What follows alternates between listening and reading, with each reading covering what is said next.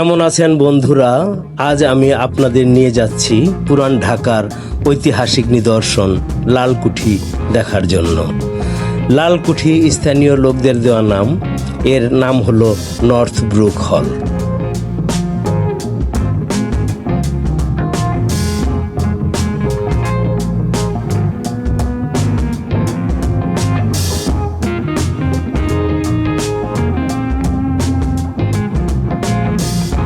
বন্ধুরা, চলুন যেতে যেতে নর্থ ব্রুক হলের প্রতিষ্ঠা লগ্নের কিছু ইতিহাস জেনে নেই। 1879 সালের শেষের দিকে নর্থ ব্রুক হলের নির্মাণ কাজ শেষ হয়। ভাওয়াল রাজা রাজেন্দ্র নারায়ণ রায় চৌধুরী এটি নির্মাণের জন্য 10,000 টাকা দান করেছিলেন। 1880 সালের 25শে মে সে সময়ের ঢাকার কমিশনার নর্থ ব্রুক হলের উদ্বোধন করেন।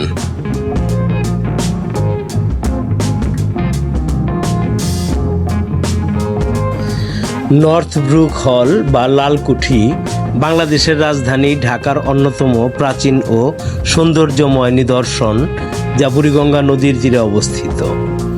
1874 সালে ভারতের governor general George Baring Northbrook Dhaka সফরে এলে এ সফরকে স্মরণীয় করে রাখার জন্য এই ভবনটি টাউন হল হিসেবে নির্মাণ করা হয়।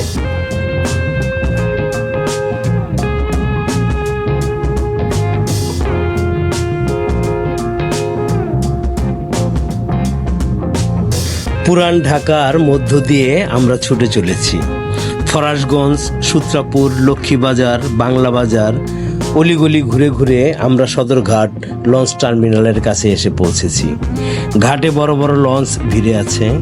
নদীতে ছোট ছোট নৌকা পারাপারের মনোমুগ্ধকর দৃশ্য। নদী তীরে নৌকার সারি। এই নদীর তীরে এক সময় গড়ে উঠেছিল নর্থ ব্রুক হল অর্থাৎ লালকুঠি।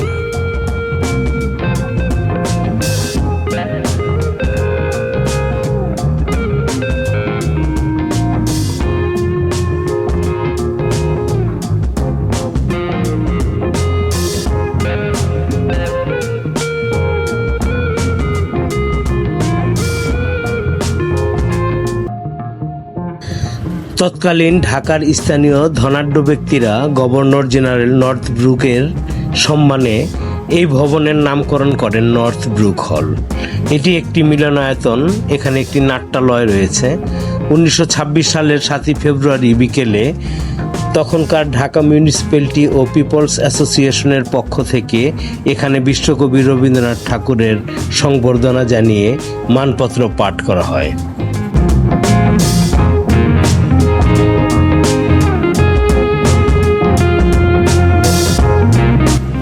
কালের বিবর্তে অযত্নে অবহেলায় লালকুঠি ভবনটি জরাজীর্ণ অবস্থায় পড়েছিল অনেকদিন।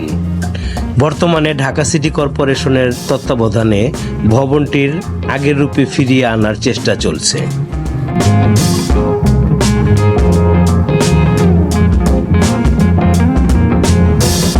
নর্থ ব্রুক হল ভবনটি মোগল নির্মাণ শৈলীতে ঢাকা বুড়িগঙ্গা নদীর তীরে 1 বিঘা জমির উপর নির্মাণ করা হয়েছিল।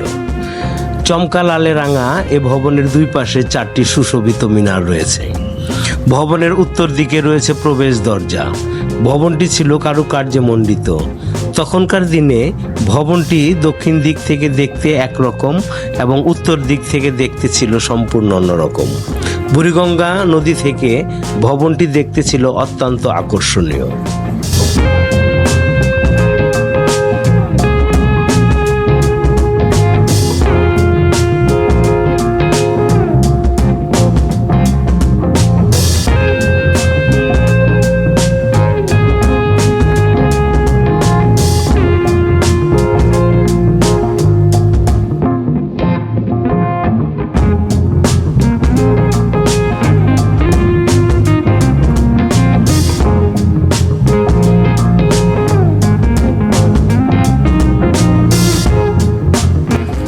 দর্শক, আমার ভিডিওটি যদি ভালো লাগে তাহলে পরবর্তী ভিডিওটি পাওয়ার জন্য চ্যানেলটিকে সাবস্ক্রাইব করুন।